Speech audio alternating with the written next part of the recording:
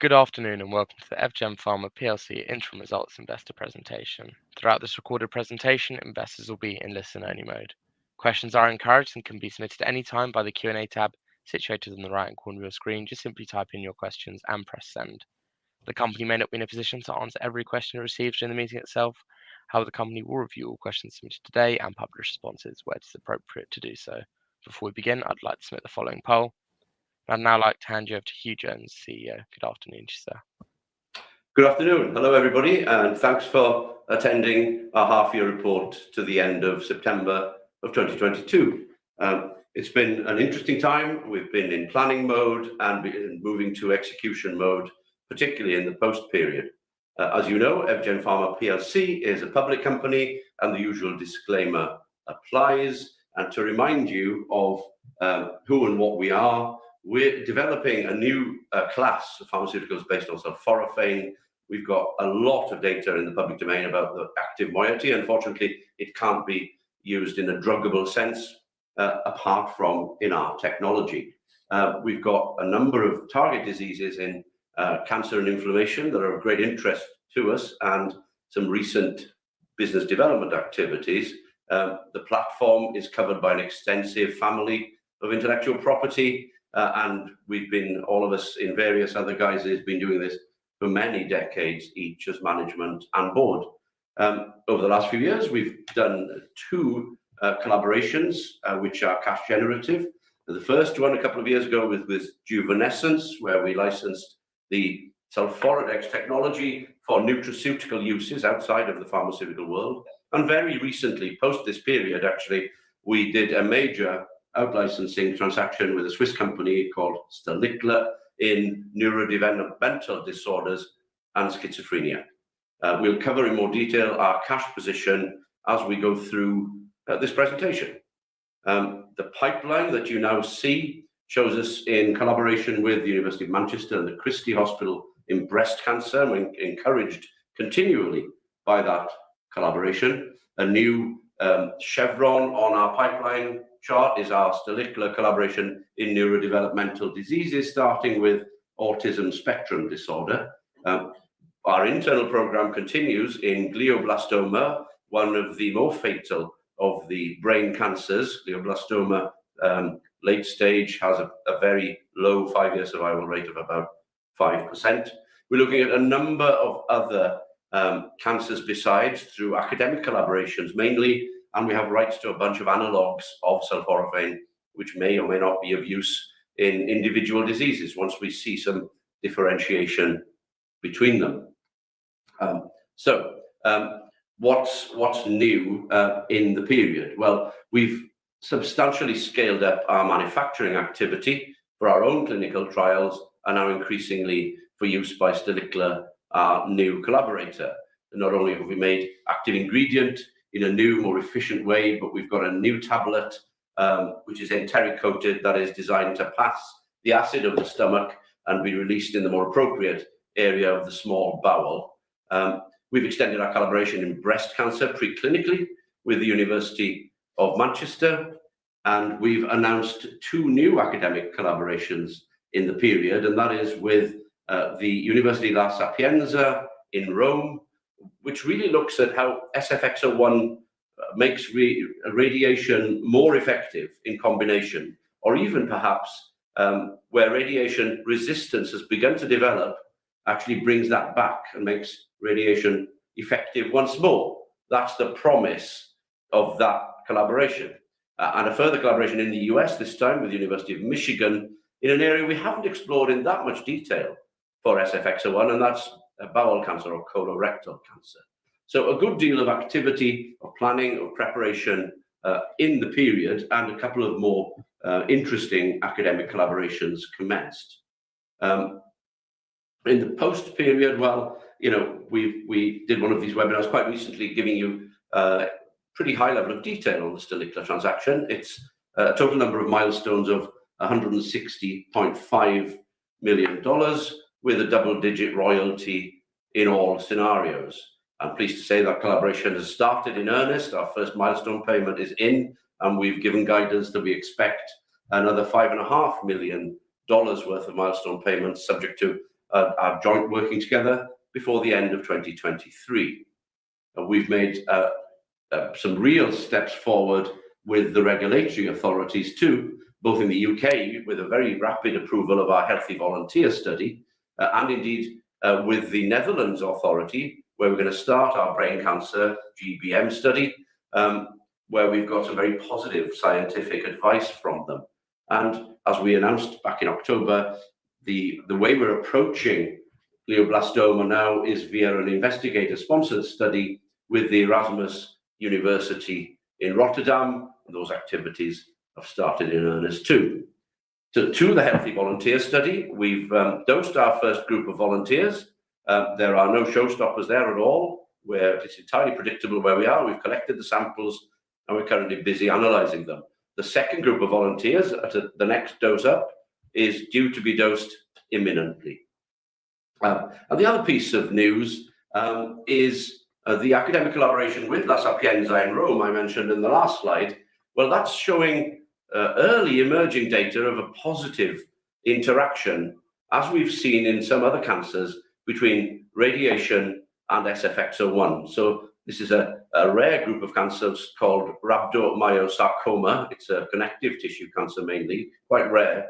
But the important message there is that we've got the beginnings of an enhancement of the effect of radiation in the presence of SFX01, or even the return of radiation being effective in the presence of SFX01. So we're excited by that collaboration, and it's still ongoing. With regard to the financials, and we've got a question here as well, so we can deal with both of these in a single slide. I'll hand over to Richard to deal with our cash position. Somebody's asked us to comment a little bit further with regard to the cash runway to the end of 2024. So Richard, over to you.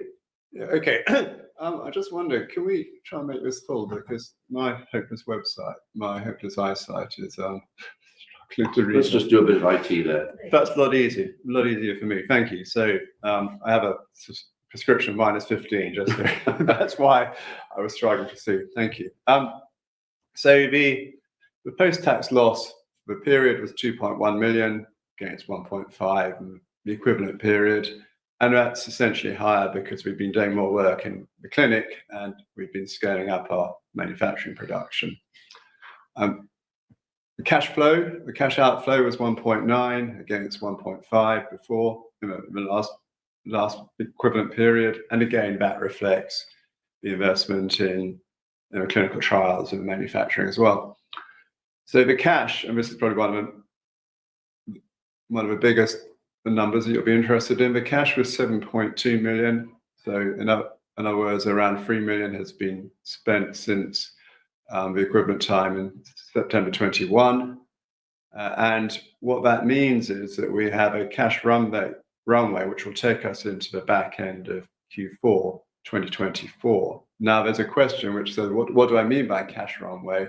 What that means is that will be sufficient funds to enable us to execute all of the programs we have going at the moment, which will be completed by the end of 2024, and allows us to fund the ongoing costs of running a biotech business, which includes things like IP, listing costs, people, premises, all of those things. So it effectively means we're fully funded to continue our strategic objectives to the end of 2024, and we don't need any further funding to support those programs and those plans. We did get our R&D tax credit in during September, so that's a reflection of a cash balance, and that was the fastest HMRC have ever provided to active for it, so that's encouraging. I think next slide then, please. So looking forward, we expect to get the results from the human volunteer study that was referred to by Hugh by the middle of next year, just before the middle of next year. And that will hopefully show not only that the drug is interacting with the body, but that it's hitting specific molecular targets that are important to both our cancer programs and the neurology program we have with Stalicla. we've already started work on preparing for the IND submission that Stalicla will make during the course of next year.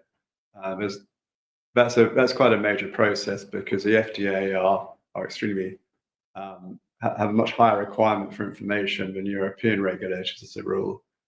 But with a following wind, we should get that IND approved by the FDA before the end of next year, which well, firstly, it means that a $5 million milestone is met, and that will help us with our cash position, obviously.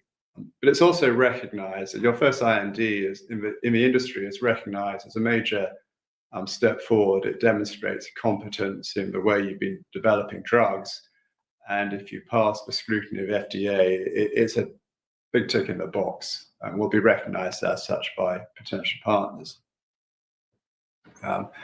We will continue to work on our glioblastoma study. There's preclinical work that will commence quite soon, and we're looking forward to preparing for the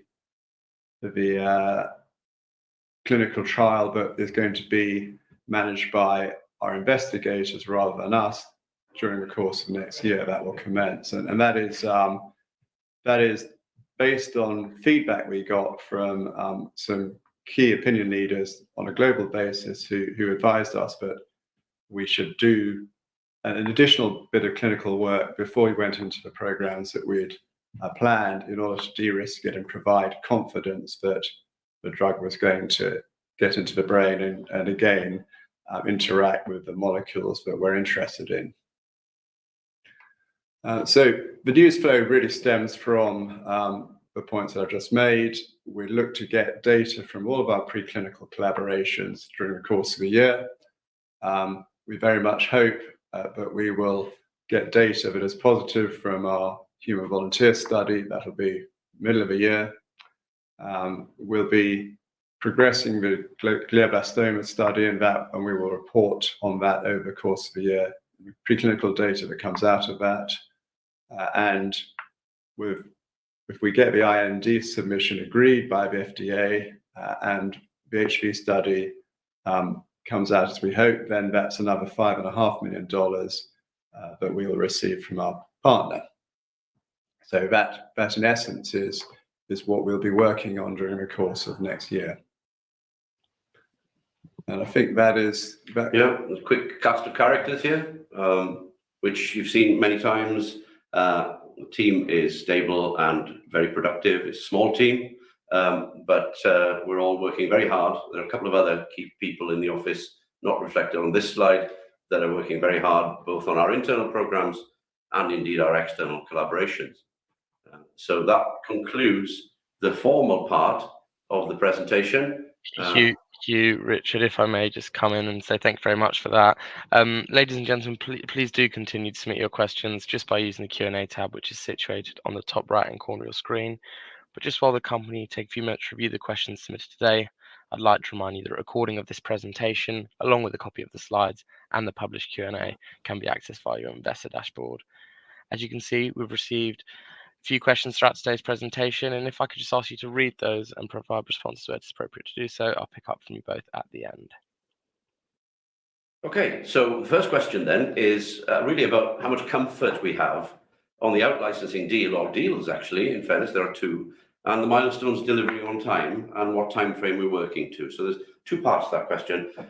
When you do a contract like this that's legally binding, you make sure that, you know, at least from sitting where you are today, you can readily deliver the milestones that are contractually determined. And we're confident of that, actually. We work very hard with our new partner in defining a plan that is achievable in essence. So achievable for us, achievable for them, and therefore with that achievability comes the payments that are contractually governed. So a pretty high level of comfort today.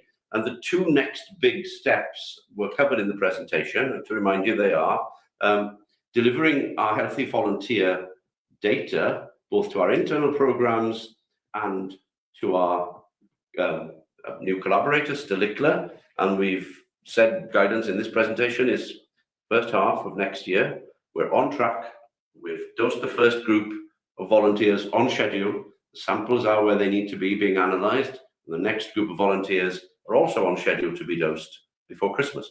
So we are entirely on track for delivering the next piece of data, and the activity after that, during 2023, in parallel largely, is preparing our bit of the IND, investigational new drug application for the US FDA, with our new partner preparing their bit, then bringing those things together. We're working closely with them in order to submit for the IND, and without too much luck required, to be honest with you, get the IND by the end of next year and the $5 million that accompanies it. So that pretty good level of confidence there in the plan that drives to the milestones. We're also working very closely with Juvenescence, with the nutraceutical rights, and we speak to them pretty frequently too, making sure that they're on track with their very different nutraceutical, naturally derived product. So there's a question here about what do we need to accelerate our growth? Is it capital, people, or partners? I think right now we are more than adequately staffed. So people, we've got enough. Remember, we're a virtual company, so we've got a very core team of 6. We're in a hub and spoke model where we then work with a large group of consultants, collaborators, contract manufacturers, contract research people to deliver the data that we need. It's a good model, it's flexible. So we are flexible, we're agile, and this is a very capital efficient model as well. We don't have enormous labs or factories to have to fund overhead on. We only buy the service when we need it. So capital, well, with regard to capital, Richard's made it clear we've got more than adequate capital to deliver this plan through to 2024. And that's actually, I should remind you, is before the 5 million milestone from our new partner. We're not reliant on that. The capital base today is enough to take us beyond 2023 into the end of 2024. So I think it's worth saying, in terms of accelerating growth, would we need to raise money to do that, providing we get the milestones that we've discussed from Stalicla, and there's potentially another $1.5 million from our partner Juvenescence, which we might see in 2024, then we have a good amount of capital which isn't allocated that would enable us to take products into later stage clinical trials than we're currently planning, or other areas where we think there's strategic benefit in using that funding. But certainly we do have a cash reserve, if you like, to enhance our growth. Great. So we've got a couple of questions on the brain cancer or GBM trial. Really around, is it possible to get a partner now before we produce any clinical data, or partner later? And I think the general rule in our industry is there's an inflection point around clinical data, and we'd rather, because it's worth more to us, wait until our investigator-sponsored study is generating data before concluding a partnership. Now, that said, the business of doing deals, as we saw with our new partner Stalicla, the business of doing deals between biotech and biotech, or between biotech and pharma, is a pretty long courtship, to be honest with you. And that courtship is ongoing. We are reaching out in partnering conferences. We did a little recording from the Bio Convention in San Diego in the summer. We're going to the JP Morgan Healthcare Conference in California early in January. This partnering activity isn't a, do you want to buy it? Okay, then. It's actually, do you know us? Do you trust us? Do you understand what our plan is? Do you like our plan? And when our plan delivers, that's the time to conclude a transaction. And that's exactly the process that we're going through. So yes, partnership is possible. It's less likely before clinical data than after clinical data, but we're talking all the time to a large number of interested companies, and we're still looking for new potential partners through our business development outreach. So that hopefully covers 2. And the other one is, our directors still unable to buy shares? Yeah, I'll say what I said before, and I'll say it again. We are still unable to buy shares. Our advice is that we can't. We'd like to again still, but our advice remains that we're still unable to buy shares because of other things that may well be material in the business. So I think that covers brain cancer. We've covered share purchasing, but do still give us the questions. Academic collaborations, thank you. So new academic collaborations. So the Italian collaboration that's just started to give data out, and that's with Professor Marampon in the University La Sapienza in Rome. We've had pretty frequent updates with them. What that emerging data is telling us is that our hypothesis is looking more and more strong, and that is the presence of SFX01 when you put radiation into a cell makes that radiation either more powerful, and we don't know what that means in the clinic yet. It could mean you could get away with a lower dose of radiation, which makes patients pretty sick, or get more out of the same dose of radiation in the presence of SFX01. There's a third hypothesis, as yet unproven, that we're testing, and that is, can you reverse this development of resistance? Every cancer develops resistance. They're very agile things, our tumors, in getting around whatever treatment, be it chemical or radiological, that you give them.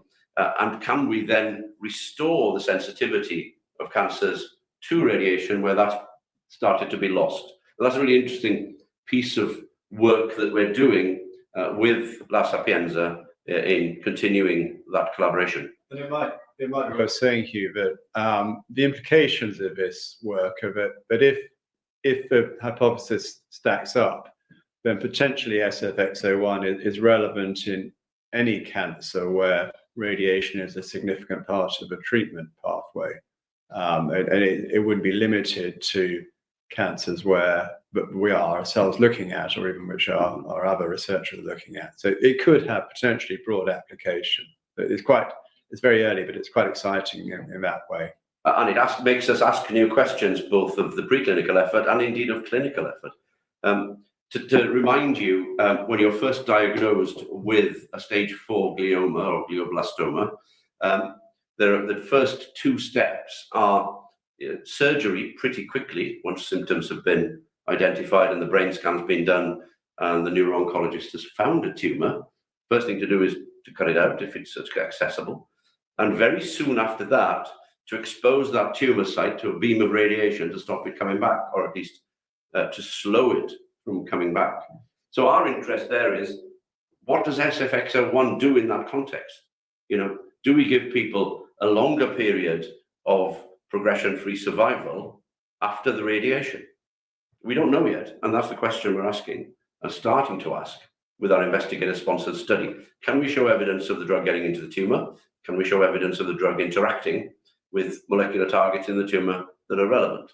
We've got a lot of test tube work which says when the drug is there, it makes radiation more powerful. We're excited about that question. The other academic collaboration, just for completeness on this question, is with the University of Michigan. The models that you build for bowel cancer take a lot longer than popping some cells from a rare cancer into a test tube and shining a beam of radiation at them. So these are much longer term experiments. So we'd expect a later readout of data there from Michigan than we're beginning to see from La Sapienza in Rome. So watch this space for that one. We're confident there's an interesting hypothesis being explored there too in gut cancers, particularly colorectal. But that's going to take a bit longer because the experiments, quite frankly, just take longer to do. It's worth saying this is a very distinguished group in Michigan who approached us because they wanted to see how sulforaphane might act in specific models, and we are basically the go-to company to get clinical grade sulforaphane to enable them to conduct the experiments in a controlled way. So that's encouraging to us, and we'll see what comes out.